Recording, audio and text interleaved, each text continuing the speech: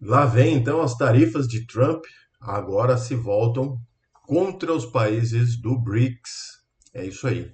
Isso e mais agora aqui no nosso Morning Call 7/7 de 2025. Sejam muito bem-vindos por aqui, Max Braga. Vamos lá passar nossos minutinhos aqui, entendendo o mercado econômico para o dia de hoje, para te ajudar aí a se orientar nesse dia.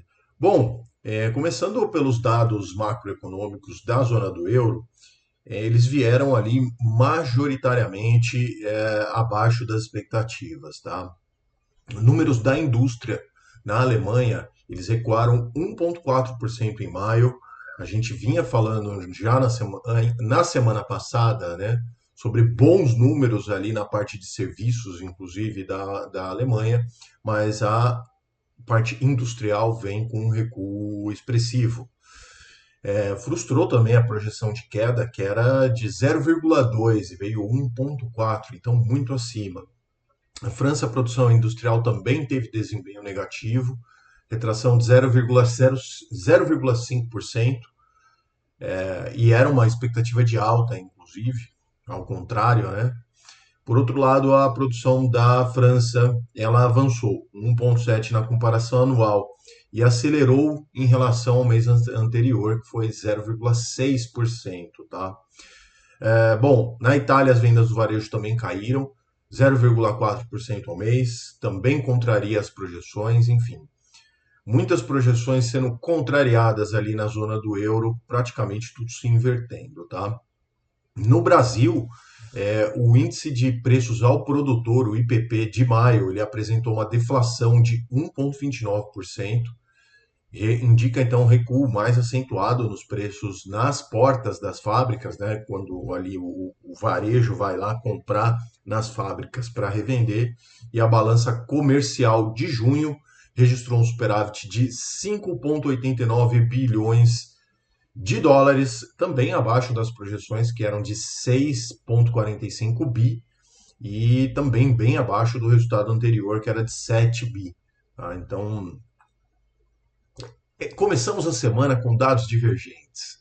Estados Unidos, né, os mercados permaneceram fechados na parte acionária na sexta-feira, por conta do feriado da Independência, e aqui no Ibovespa, então, na sexta-feira, fechamos com alta de 0,24%, 141.264 pontos. Os destaques de alta ficaram com BRF, subiu 3,44%.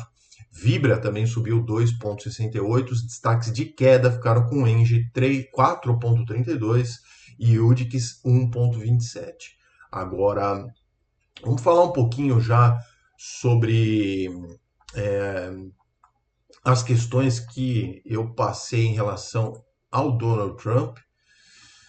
É, Vamos lá, declarações dele aí durante o final de semana, né? Isso já deve impactar os mercados hoje, inclusive. Os índices futuros já estão operando em baixa, né, no mercado internacional. O Trump, então, ameaçou impor, já falei disso na semana passada, tarifa adicional de 10% aos países que se alinham às políticas anti-americanas do BRICS. Brasil, manda abraço. Então, a gente sabe, ou pelo menos deveria saber, que agora, nesse final de semana, teve o encontro do BRICS aqui no Rio de Janeiro, né, reunindo ali Irã, Rússia, enfim, todos os países do BRICS, China, os líderes não vieram, né?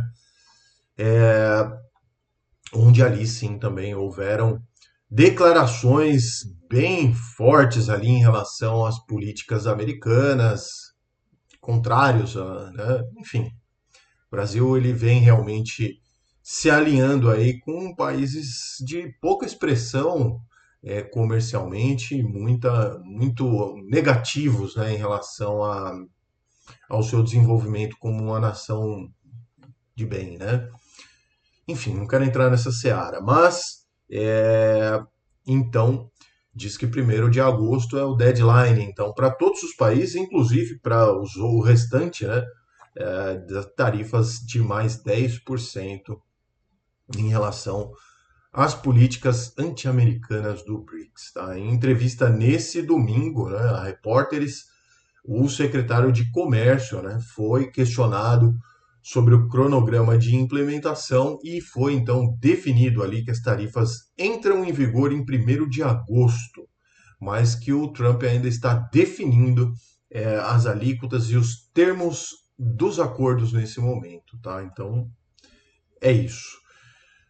Bom, mercados futuros Dow Jones agora opera em queda 0,18%, S&P futuro, S&P 500 futuro também 0,44% negativo, e a Nasdaq opera em 0,56% negativo. Vamos ver como é que vai ficar a abertura do mercado. Bom, nessa semana também, né, tivemos menos dados no começo da semana em relação ao feriado nos Estados Unidos, enfim, ficou meio esvaziado aí também os outros calendários.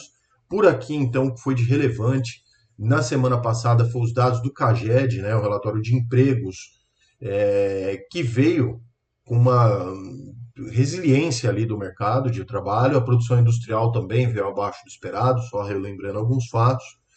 E o IPCA 15, que é a prévia do IPCA, mostrou ali um certo alívio inflacionário, tá? Nos Estados Unidos, o foco ficou realmente no payroll, né, um relatório também de empregos.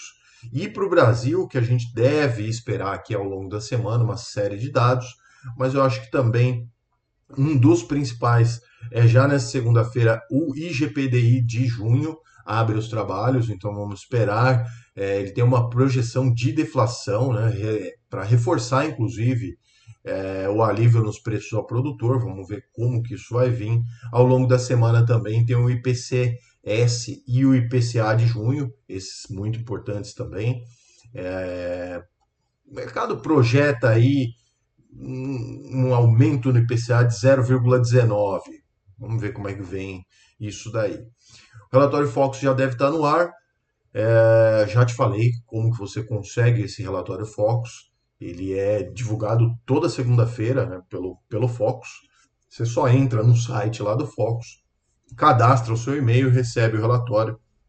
O relatório Focus ele é um conjunto de players ali do mercado, de casas de análises, bancos, enfim, um conjunto, um apanhado de todas as visões para o cenário macro, colocados em um único documento que orienta também o mercado em projeções, curva de juros, etc. Então, se você quiser ter acesso a esse documento, é muito fácil. Entra na internet e digita aí Relatório Focus, coloca o seu e-mail lá e você recebe ele toda segunda-feira. É interessante, vale a pena acompanhar, tá? Bom, do mais, temos alguns outros que pode ser relevante aqui no Brasil. Essa segunda-feira também sai dados da produção de veículos.